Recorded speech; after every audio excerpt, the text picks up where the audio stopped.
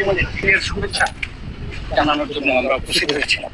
আপনারা জানেন যে প্রত্যেক বছরই এই ঈদের মধ্যে আমরা আমাদের নেত্রীর সাথে ঈদের শুভেচ্ছা জানানোর জন্য আমরা একত্রিত হই।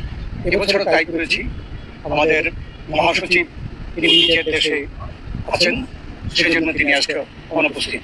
আমি ব্যক্তিগতভাবে সুস্থ, আপনারা জানেন প্রায় সবাই 1 বছর আমি অসুস্থ।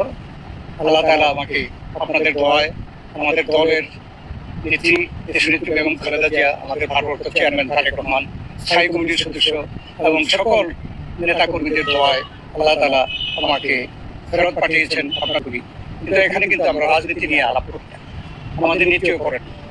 আজকেও তাই হয়েছে। তবুও দেশের মানুষের যে আজকে অর্থনৈতিক অবস্থা, দুর্নীতি, আজকে যে খারাপ অবস্থা এবং আজকে যে ঈদ সকলে সেভাবে আনন্দের সাথে করতে পারিনি, এই ব্যাপারে আমরা সকলেই কষ্টে আছি। আমরা সকলেই এ ব্যাপারে কিন্তু দুঃখিত। আমাদের নেত্রীও দুঃখ প্রকাশ করেছেন, দেশের মানুষকে এই ঈদের শুভেচ্ছা জানিয়েছেন।